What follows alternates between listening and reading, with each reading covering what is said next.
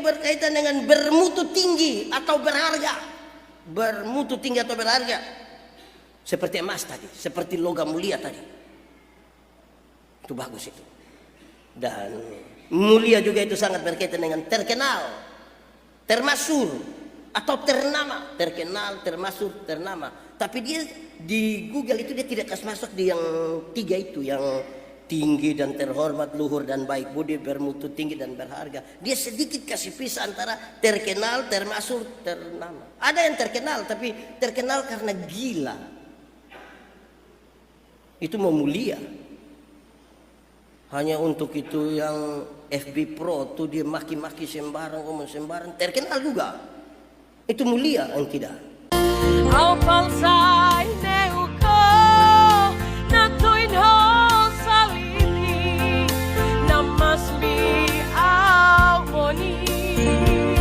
Saya ketika mempersiapkan khotbah ini, saya ingat satu kisah.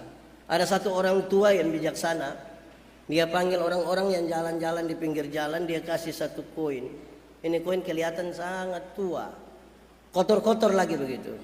Dia bilang, coba engkau pergi tanya orang di pasar, adakah yang mau beli ini koin tua ini.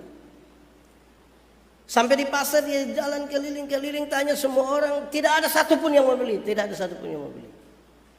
Dia kembali kepada guru yang bijaksana. Dia bilang, guru, saya sudah berjam-jam keliling pasar, bertemu dengan banyak orang, menawarkan koin yang Tuhan berikan ini, tapi tidak ada satu orang pun yang mau beli. Ah, betul tidak ada yang mau beli? Iya, tidak ada. Oke, sekarang engkau pergi ke tukang emas, bawa koin ini dan coba tanya dia. Dia bawa ini ke tukang emas ini dengan hati yang mungkin sedikit tidak percaya, sedikit ragu-ragu karena dia sudah coba ketemu banyak orang di pasar dan banyak orang tidak mau beli. Bagaimana tukang emas mau beli? Dia pergi. Sampai di sana memang sedikit ragu, tapi untuk menjalankan tugas ini dia bilang, Tuhan apakah mau beli koin emas ini? Koin tua ini? Tukang emas itu ambil, pegang, terus dia tawarkan, bolehkah saya ambil dengan harga sekian? Mahal lah, pokoknya mahal. Dia agak kaget. Loh, kenapa dia berani ambil begini?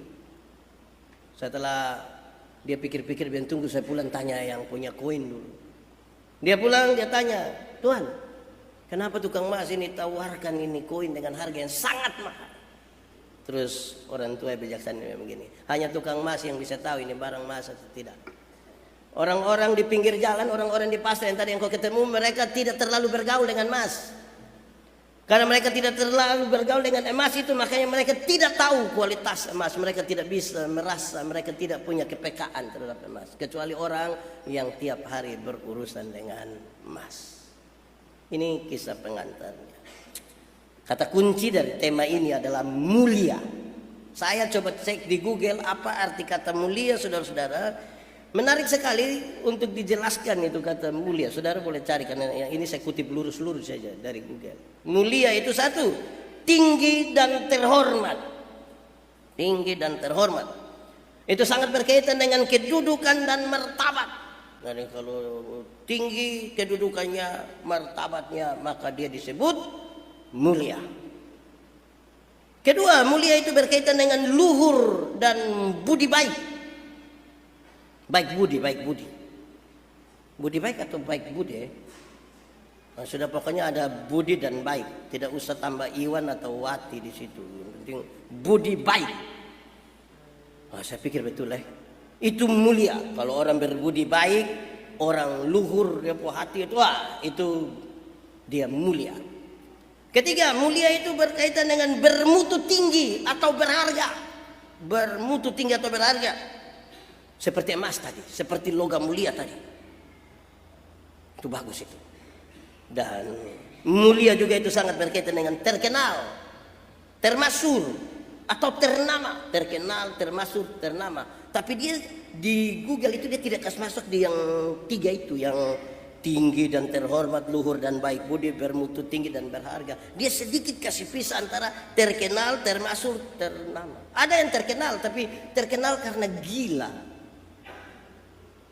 Itu mau mulia. Hanya untuk itu yang FB Pro tuh dia maki-maki sembarang, ngomong sembarang, terkenal juga. Itu mulia yang tidak. Nah saudara-saudara, itu arti kata mulia. Tapi tema ini ditambah satu kata di depannya, maha mulia. Maha mulia itu berarti melebihi segala sesuatu yang mulia. Melebihi segala sesuatu yang mulia. Kalau saudara sebut kedudukan dan martabat itu mulia, maha mulia lebih lagi dari itu. Maha mulia lebih dari itu. Kalau saudara sebut mulia itu luhur dan baik budi, maha mulia lebih lagi dari itu. Dan kalau saudara menyebutkan maha mulia itu bermutu tinggi dan berharga, maha mulia lebih lagi dari itu, lebih lagi. Dan itu disebutkan Yesus Raja Maha Mulia. Semuanya ada padanya. Saya bayangkan kalau kita memiliki Yesus, kita telah memiliki segalanya. Kan yang kita cari itu. Yang kita cari itu pengakuan oleh karena kekayaan, oleh karena jabatan, oleh karena banyak hal. Dan Yesus memiliki semuanya. Saudara-saudara, kalau tema ini mengatakan Yesus Raja Mulia, maka paling tidak ada dua hal yang perlu kita renungkan dengan baik. Pertama, saya kira ini yang paling serius, yaitu pernyataan Yesus adalah Raja Mulia. Itu pernyataan orang beriman. Orang tidak beriman tidak akan mengatakan ini. Orang yang tidak beriman kepada Yesus Kristus tidak akan pernah mengatakan Yesus Raja Mulia. Bahkan orang Kristen sekalipun yang tidak sungguh-sungguh percaya pada Yesus tidak akan mengatakan Yesus Raja Mulia, Maha Mulia. Tidak akan. Ini pernyataan iman. Pernyataan iman, Yesus Raja Maha Mulia. Saudara-saudara, saya keliling banyak tempat di seluruh Indonesia. Saya keluar negeri, banyak orang suka bertanya. Orang kan biasa tanya itu ada dua, tulus dan bulus. Yang tulus itu dia mau kepingin tahu, yang bulus itu dia mau coba-coba sengkita. Kayak apa kuan? Tapi saya suka bilang waktu dia bertanya, ketika pertanyaan itu sudah terlalu, saya tidak merasa pertanyaan berat. Tapi pertanyaan itu sudah terkesan terlalu mencari-cari kelemahan. Saya akan tanya dia, Anda pernah punya hubungan secara pribadi dengan Yesus atau tidak? Kalau dia bilang tidak, saya tidak akan jawab. Kepada dia saya tidak jawab. Karena ini pernyataan iman.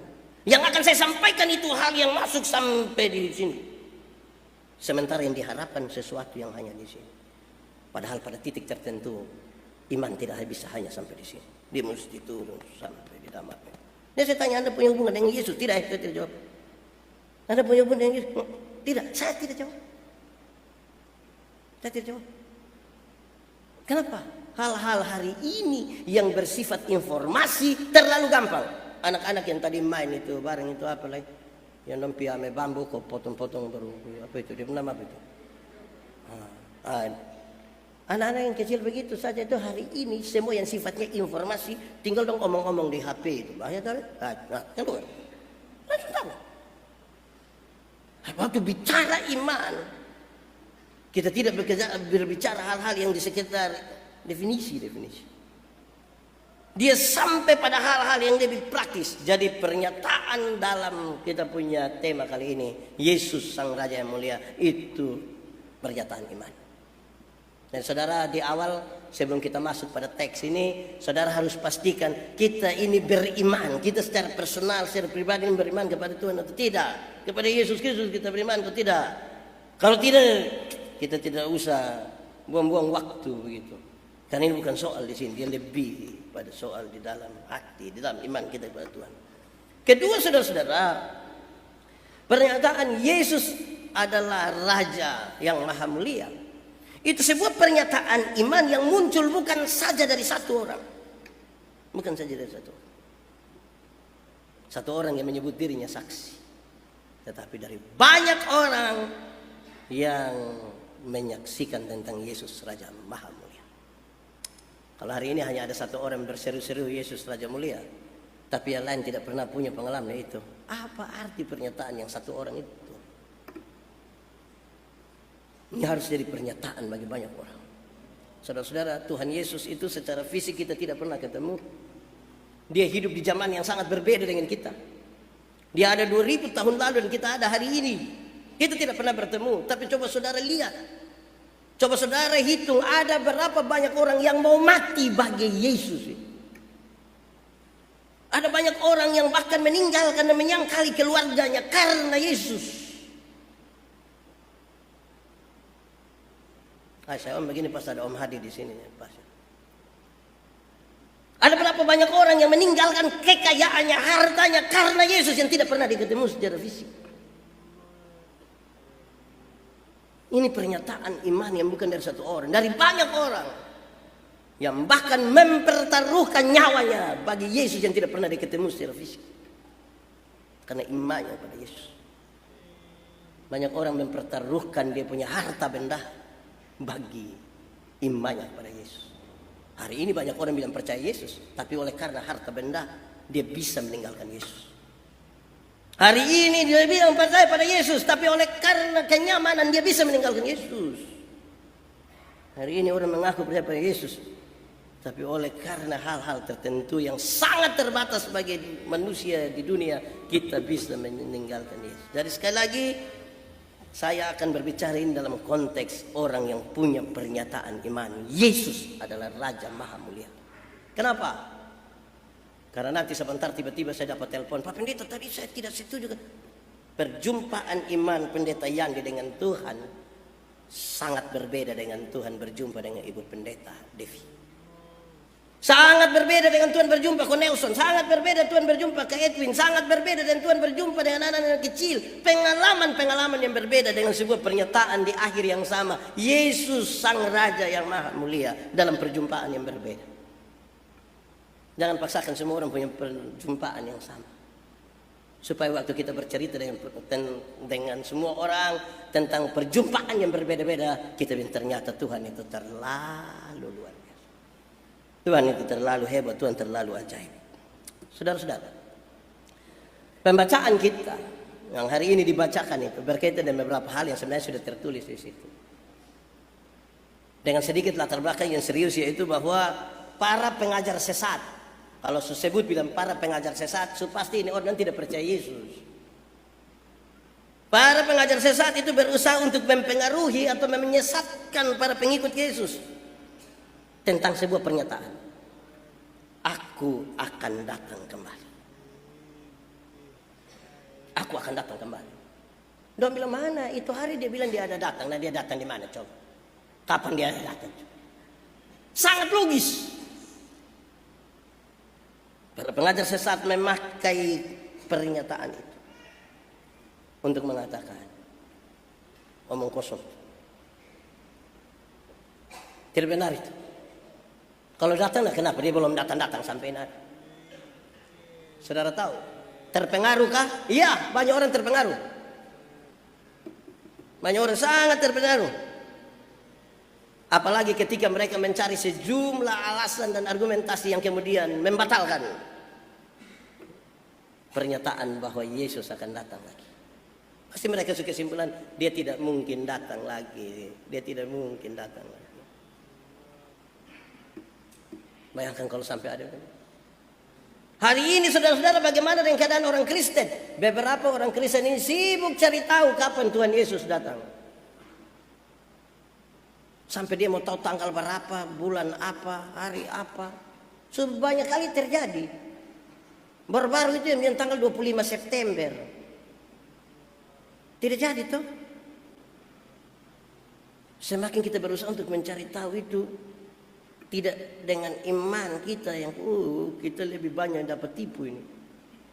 Coba kita lagi cari apa sekarang ini saudara? Beriman kepada Tuhan Yesus ini kok susah sekali ya. Coba saudara lihat, kita lebih terikat pada tradisi mana? Saya kasih contoh saudara. Ini contoh lama yang saudara ingat, tapi saya mau pakai contoh ini untuk mengingatkan kita tentang satu konsep. Contoh, kita besar dalam ini kebiasaan yang kita sugesti sangat kuat, yaitu kalau keluar dari rumah sejalan jauh tiba-tiba rasa BAB. Ambil apa? Batu. Batu berapa? Saudara yakin kalau batu 3 menyelesaikan masalah? Kalau ketemu ada anjing jahat di situ, dulu kita disuruh lipat lidah. Hal yang bodoh begini nih orang sangat cepat percaya dan pegang hingga hari ini. Tapi ketika bilang Yesus itu Tuhan, banyak orang butuh penjelasan harus dalam. Dia butuh baca banyak hal, dia butuh referensi banyak-banyak baru mengaku Yesus Tuhan. Butuh itu. Tapi kalau hal-hal yang menjadi kebiasaan tiap-tiap hari, dulu ada kebiasaan kalau mati itu mau kubur mesti cari hari baena, mesti jam sekian, itu kita langsung percaya langsung. Tapi kalau bilang Yesus Tuhan, kita butuh banyak dulu baru meyakini. Saudara coba lihat kebiasaan kita tiap hari, apa yang mensugesti kita sangat cepat kita yakini. Tapi menjawab Yesus itu Tuhan, banyak orang butuh bukti lah. Banyak orang sibuk dia bukti-bukti, melihat baru percaya. Padahal definisi iman mengatakan tidak melihat tapi percaya. Ya, semoga saudara terganggu sedikit Tidak terganggu, tidak apa-apa. Kedua saudara, pembacaan tadi di dalamnya menyatakan sesuatu yang baik ini.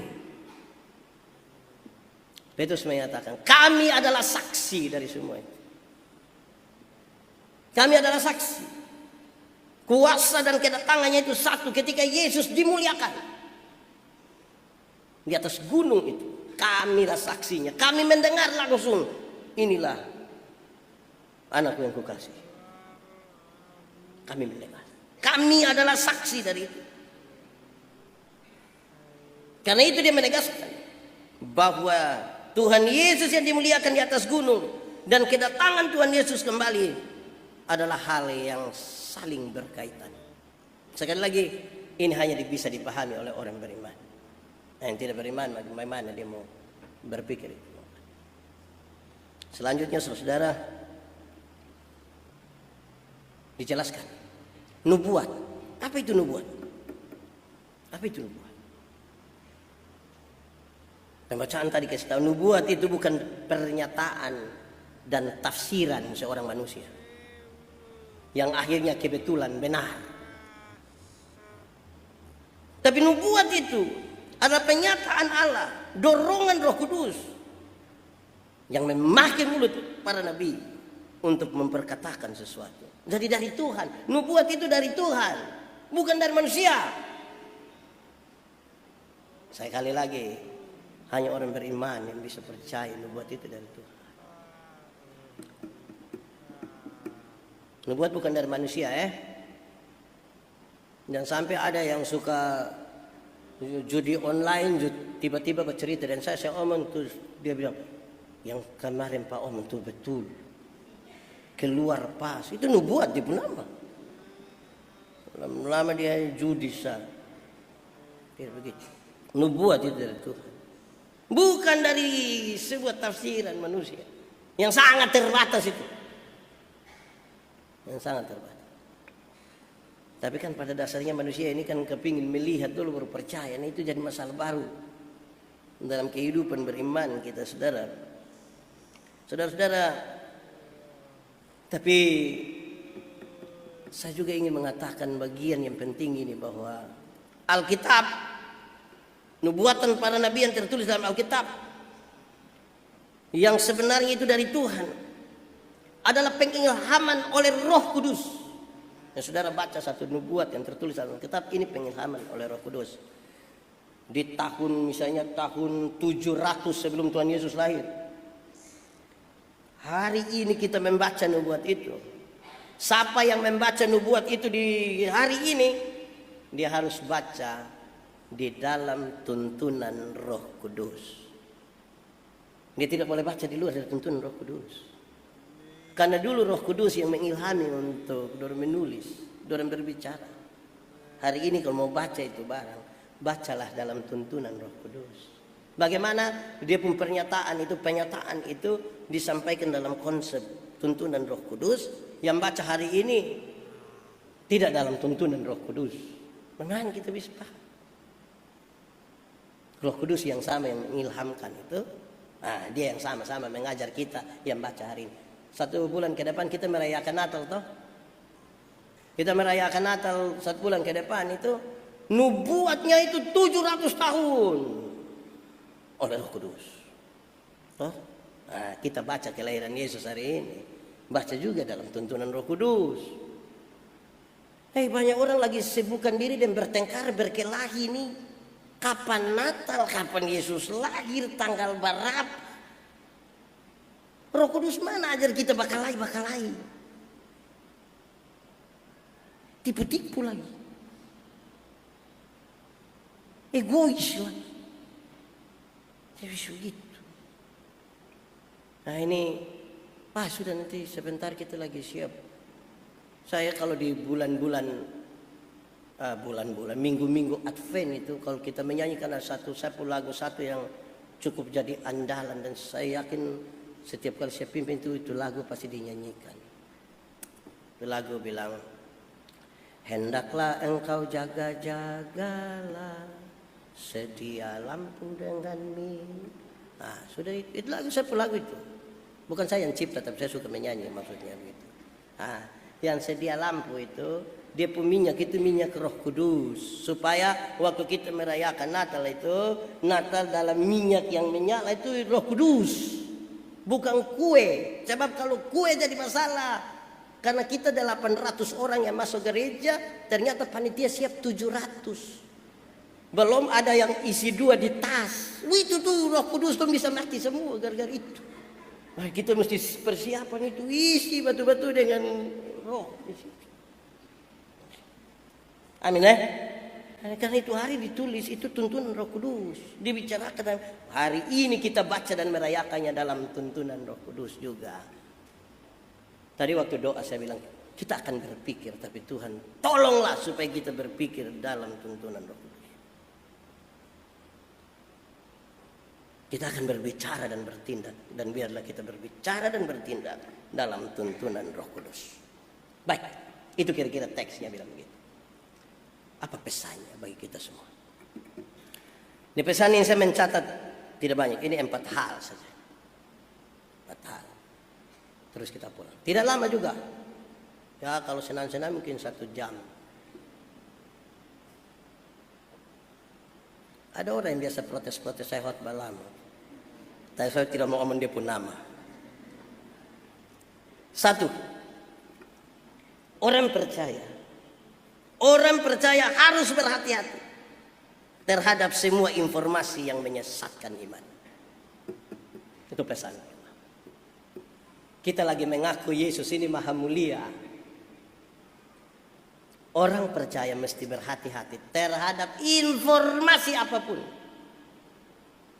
yang sangat berkaitan dengan iman, yang sampai menyesatkan kita.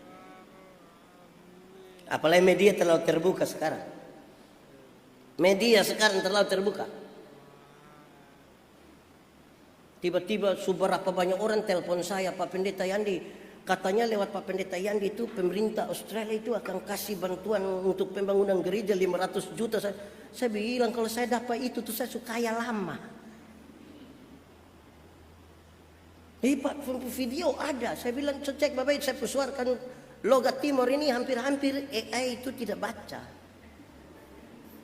Saya logat khas. Hati-hati dengan semua informasi yang saudara baca itu. Kenapa? Kecepatan daripada informasi sesat itu lebih cepat daripada informasi baik. Hati-hati dengan informasi. Terima itu saring dulu. Pakai ini, pakai iman dulu. Hati-hati. Supaya kita tidak disesatkan. Dan pernyataan iman kita tentang Tuhan menjadi hilang karena informasi. Saya ingat ada satu orang ini. Dia ikut. Kalau dalam nomenklatur gemit disebut ibadah penyegaran iman. Yang lain biasa sebut kebaktian penyegaran iman. Yang lain sebut KKR.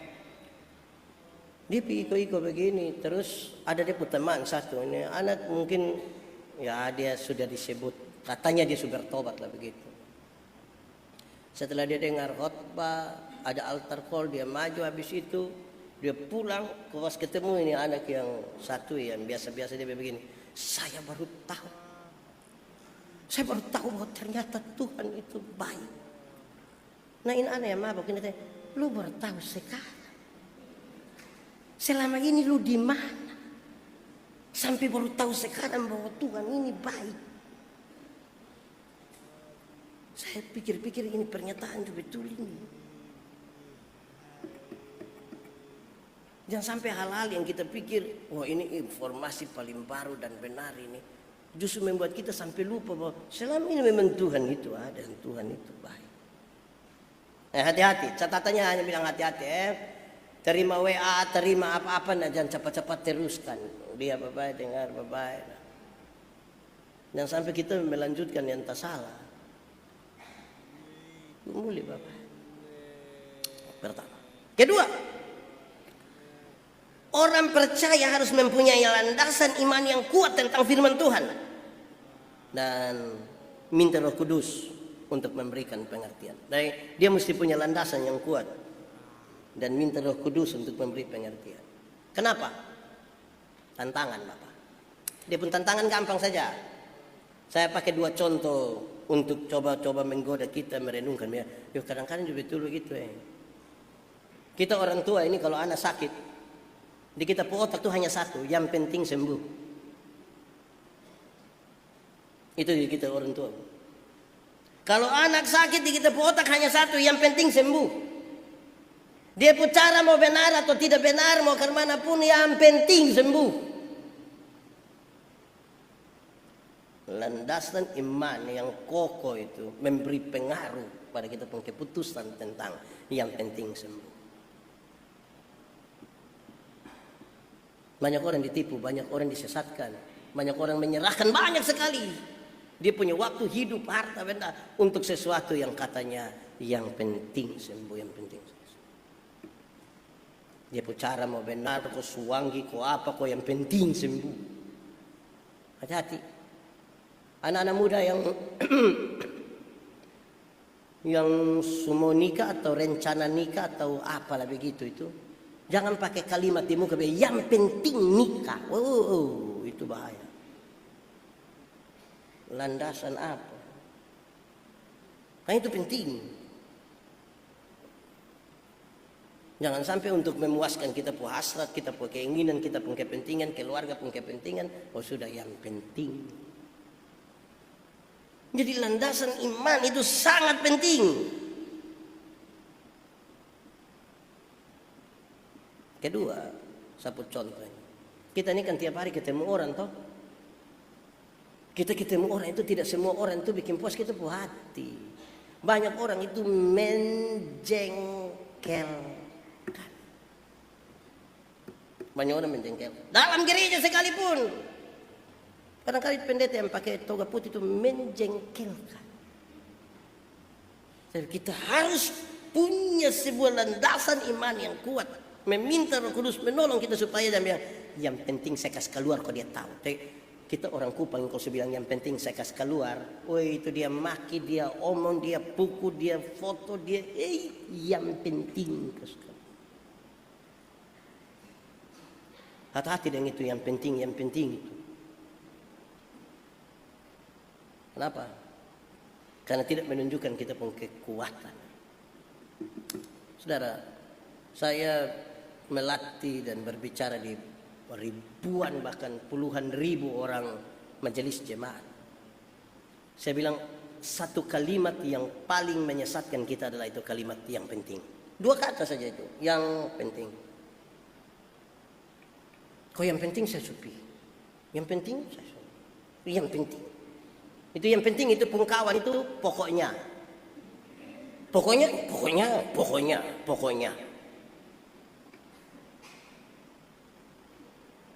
Itu yang paling menyesatkan. Akhirnya kita tidak punya kekuatan. Nanti ada masalah sedikit, ini biasa berhenti. Kalau disuruh saya berhenti, itu satu kata di Kupang yang tidak asing lagi bagi kita, yaitu persetan. Kalau landasan tidak kuat kan pasti sudah persetan.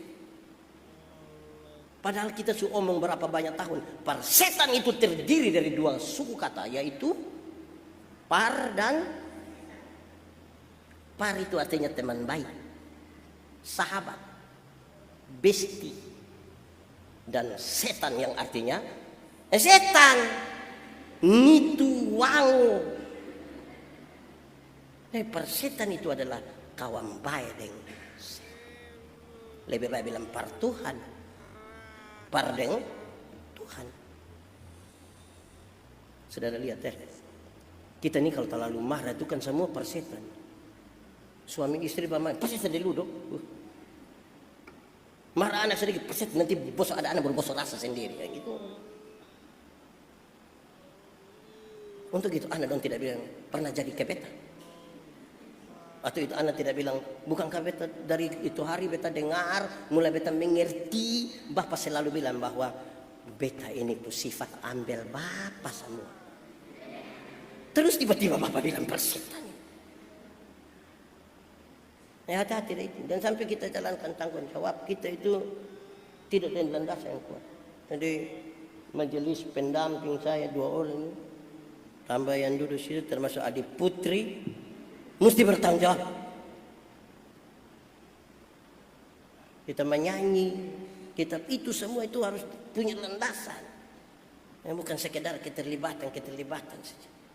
Kan kita lagi bicara dalam konteks orang beriman. Kalau orang tidak beriman ya tidak apa-apa. Kalau memang dia kita mau maaf pada dia, kalau dia memang begitu sudah. Orang beriman semua kan, supaya dia punya landasan yang kuat. Nanti lagi persetan. Ketiga, orang percaya tidak memperkatakan sekaligus menentang hal-hal yang berkaitan dengan kemuliaan Kristus. Jangan memperkatakan apalagi menentang hal-hal yang berkaitan dengan Yesus. Kadang-kadang kalau kita suka terlalu marah itu kan kita suka omong sembarang. Tapi Tuhan ada di mana Tuhan? Kita protes Tuhan, kita marah Tuhan. Hati-hati, orang percaya jangan begitu. Nah, memperkatakan sekaligus menentang tentang Tuhan Yesus, Raja yang Maha Mulia. Nah, sampai kita terlalu ragu dengan Tuhan. Karena kita terlalu ragu dengan Tuhan, itulah yang kemudian kita berpikir, Tuhan ada di mana? Tuhan ada di mana? Apalagi hal-hal yang kita lihat dan kita hadapi tiap hari itu berkaitan dengan mati dan hidup. Siapa yang karena dia punya iman kepada Tuhan dia bisa mempertahankan? Saya berpikir satu kisah lama. Saya pernah bilang pada saudara, ada satu pendeta dia mau pergi pelayanan di pulau sebelah begini toh. Dia naik perahu motor. Terus dia tanya ini orang perahu, Bapak ini baca Alkitab kok tidak? Saya tidak pernah baca, Bapak. Oh, Bapak sia-siakan 25% dalam Bapak punya hidup. Bapak pernah berdoa kok tidak? Tidak. Bapak sia-siakan 25% lagi dalam hidup. Bapak pernah ikut ibadah kok tidak? Saya tidak pernah ikut ibadah. Bapak sia-siakan 25%. Hitung-hitung pi, Bapak sia-siakan 75% dalam hidup. Terus tiba-tiba guntur, kilat, hujan mau turun. Ini orang perahu tanya pendeta, Bapak tahu berenang? Terus ini pendeta bilang, tidak, saya tidak tahu. Bapak sia-siakan 100% Bapak pu hidup. Sedikit lagi hujan. Sangat logis untuk mengatakan bahwa ternyata hidup lebih penting dari semua tadi. Sangat logis. Kalau kita di laut, itulah tidak baca Alkitab 25, tidak doa 25, tidak ikut ibadah 25 tambah 25. Kalau tidak bisa berenang Bayangkan itu. Logis betul. Ya, banyak orang pakai yang logis itu. Kita ini hidup, Pak. Apalagi di dunia usaha ini juga persaingan ini berat, Pak. Motonya di sini lurus-lurus, bayar pajak. Itu kios satu di situ dia tidak pajak, so. Kita mau apa, Cok? Wih, kikar mana, wah? Portera kita akan bilang yang namanya kita masih di dunia. Wih, logis. Hati-hati supaya kita tidak memperkatakan sesuatu dan bahkan menyatakan melakukan sesuatu yang menentang kemuliaan. Nah, terakhir, kemuliaan Tuhan Yesus yang hidup di dalam diri seseorang mesti terpancar, mesti keluar dalam iman dan dalam kerja. Kemuliaan Tuhan yang ada dalam diri saya itu mesti terpancar. Dan kita adalah saksi dari semua itu. Kemuliaan Tuhan yang ada di dalam diri kita terpancar. Mari kita renungkan 30 detik. Apakah kemuliaan Tuhan yang ada dalam diri kita itu terpancar atau tidak? Saudara, kalau kehidupan keseharian kita hanya berkaitan dengan kehidupan moral yang baik, moralitas yang baik, saudara tidak harus menjadi Kristen, tidak harus percaya Yesus. Ada banyak orang tidak percaya Yesus itu, wah, dompung kehidupan sangat baik. Bahasa yang suami istri tidak pernah bertengkar, tidak pernah lawan mama mantu, tidak dengan ipar-ipar, tidak pernah. Mereka tidak pernah kehidupan moral. Jadi kalau kehidupan kita itu hanya untuk sebuah kehidupan moral yang bagus, tidak perlu menjadi Kristen, tidak perlu percaya Yesus. Ada banyak orang punya kehidupan moral, ya Pak. Yang kita bicara hari ini adalah orang yang mengenali Yesus. Di mana kemuliaan Yesus itu ada di dalam hidupnya, terpancar keluar, yang membedakan dia dengan semua kebaikan yang ada di luar. Atau dengan kata lain, kemuliaan Kristus itu menggerakkan dia untuk melakukan sesuatu yang baik, yang berkenan, yang memuliakan Tuhan. Yang baik, berkenan, memuliakan Tuhan. Itu kemuliaan. Apakah banyak barang baik di dunia? Banyak. Apakah semua yang baik di dunia itu didasarkan kepada pengenalan yang benar akan Yesus? Belum tentu. Belum tentu. Dan di titik itulah sekarang kita belajar bersama. Yesus menjadi istimewa dalam hidup kita. Dan Yesus yang di dalam hidup kita itu menggerakkan kita untuk melakukan sesuatu. Kita tidak boleh sama dengan orang lain yang tidak percaya pada Yesus. Coba tanya saya. Coba tanya kita pribadi. Coba tanya kita semua. Kita yang mengaku mengikuti Yesus ini, apa yang paling membedakan pribadi kita ya? Jangan omong kita secara komunal. Kita secara pribadi yang paling membedakan kita dari orang lain yang tidak. Apa yang paling membedakan? Apa yang paling membedakan kita? Harus temukan dia pun jawaban. Kalau tidak ya kita kelihatan baik, tapi kemuliaan tidak terpancar dari hidup kita. Perjumpaan dengan Kristus itu terpancar. Saudara bayangkan mulia. Tadi saya jelaskan mulia itu 3 toh. Tinggi, terhormat, luhur, baik, budi, bermutu tinggi. Yesus maha. Baru ketemu orang penting sampai jabat kita puas hati su berbunga-bunga. Bayangkan tiba-tiba ada yang dapat undangan nanti besok untuk makan malam bersama dengan Presiden Republik Indonesia tahun 2070. Kita dapat undangan makan bersama dengan Presiden itu, beta yakin yang terima undangan akan foto itu undangan. Dia akan memuat bilang, wih, berkat apa ini? Makan. Padahal dia tidak ada hubungan dengan itu presiden yang tahun 1970 Tapi kita puhati meluap-luap, gembira, wih pasti bagaya. Itu orang tidak tanya juga kita kasih tahu. Kenapa senyum-senyum sendiri? Lu sana tahu beta senyum sendiri kenapa? Ini ada presiden ada undang mau makan bersama. Presiden yang mana yang tahun 1970? Itu ketemu presiden yang sebenarnya dia tidak sampai masuk di sini.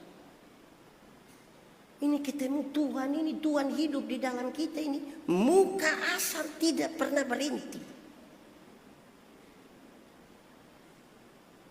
Tuhan mana bikin kita muka asal? Kalau hidup dalam diri kita ini terpancar sedikit gitu. Oh betul Tuhan, terima kasih. Tuhan Yesus baik. Itu terpancar baru di wajah itu. Dalam iman, dalam bekerja. Wah itu saya bayangkan kita kerja sambil senang-senang, sukacita. Wih jaga toko sambil falut. Terus suami marah, falut apa? Kok biar beta sukacita? Falut kok ular dari batu dan masuk semua di toko. Sesuatu dalam kita tuh memberi pengaruh kok tidak? Pasti memberi pengaruh. Saya lihat yang ada 1-2 orang yang baru FB Pro kok baru yang itu Meta bayar, tahu bayar betul kok tidak berani kasih tunjuk dia pun nominal.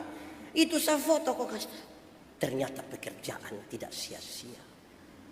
Meta tidak sia-sia. Konten tidak sia-sia. Itu baru itu. Padahal dia kasih $2. Berapa ribu itu kalau $2? 32. Padahal untuk dapat itu $2 itu dia beli roti 170. Belum ini itu. Tapi itu saya senang. Apalagi Yesus memiliki dia yang maha mulia dalam hidup kita tuh mestinya kita puhati ini sukacita. Saya berulang kali menjelaskan kepada kita sukacita bukan kehidupan tanpa masalah tapi sikap terhadap masalah. Sikap terhadap masalah. Semua orang punya masalah tapi dengan Yesus itu sikap kita terhadap masalah itu wah jelas. Oh ini anak-anak Tuhan sikap begitu. Amin kan? Itu baru kita dibedakan tuh karena Tuhan tinggal dalam kita. Onesimus itu kerja di perkebunan milik Filemon. Tidak tahan kerja bangun lari. Dapat tangkap masuk penjara. Paulus injili dia, terima Yesus. Masa bebas semua ada terus.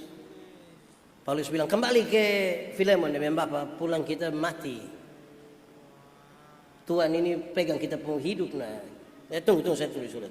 Filemon, yang pulang ini bukan budak, yang pulang ini orang merdeka, yang pulang bukan musuh, yang pulang ini saudara kita yang kekasih. Filemon menyambut dia seperti menyambut seorang sahabat. Orang pasti bercerita, orang pasti makan sama-sama. Orang-orang bilang bisa seorang Tuhan bisa menyambut budak seperti itu. Tuhan kami mengajarkan kami. Orang-orang yang tidak kenal Tuhan rindu mengenal Tuhan mana yang bisa mengajarkan seorang Tuhan punya hati yang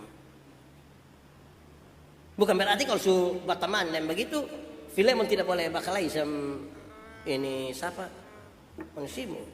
Bayangkan kalau Onesimus pulang ini Filemon terima dia situ dia bilang karena kita dua satu dalam Tuhan kota dua sama-sama boso beta tidak kerja lagi. Itu kan kita mau cek ke Onesimus kan. Masing-masing berperan dia pun tanggung jawab seperti yang seharusnya dengan hati yang meluap-luap karena perjumpaan. Baru kita bilang Yesus maha mulia. Yesus barang mulia itu kalau taruh di dalam kita pun diri itu kan memberi pengaruh. Saya bayangkan kopi itu pahit begitu tapi baru gula taruh di situ. Itu bisa pengaruh di itu kopi yang pahit. Baru gula itu. Ini ada yang pakai barang original, ada yang pakai KW. Terus kita bilang, kok sama? Saya lihat sama. Beda pak, beda nah. Ada harga, ada kualitas. Kenapa? Soal kandungan. apa yang terkandung di dalam itu barang memberi pengaruh pada harga toh? Betul kok tidak? Masa barang yang mengandung emas dia harga sama dengan yang mengandung seng? Kita beli seng, beda na revo. Jadi kandungan di dalam kita hidup itu memberi pengaruh rasa di tengah-tengah rumah tangga, di tengah-tengah keluarga, supaya kita tidak hidup dalam pencitraan. Kita hidup dalam spiritualitas yang hidup. Spiritualitas itu apa yang kita imani di dalam, yang keluar itu etikanya. Perjumpaan ini teologi dan etika itu yang spiritualitas. Itu saya bayangkan itu akan memberi warna yang luar biasa dalam kita perjalanan hidup beriman. Jadi sudah lama menjadi Kristen, berasa betul memang tidak salah kita putusan menjadi pengikut Kristus. Tuhan memberkati kita. Mari kita tunduk kepala, ambil waktu sejenak kita berdoa. Kalau kamu dengar suaranya jangan keraskan hatimu. Minta Roh Kudus lembutkan hati-hati yang keras itu. Biar Tuhan juga bertahta dalam hati itu kita. Supaya dia memberi rasa dalam kata, dalam tindakan, dalam iman, dalam karya gitu tiap hari.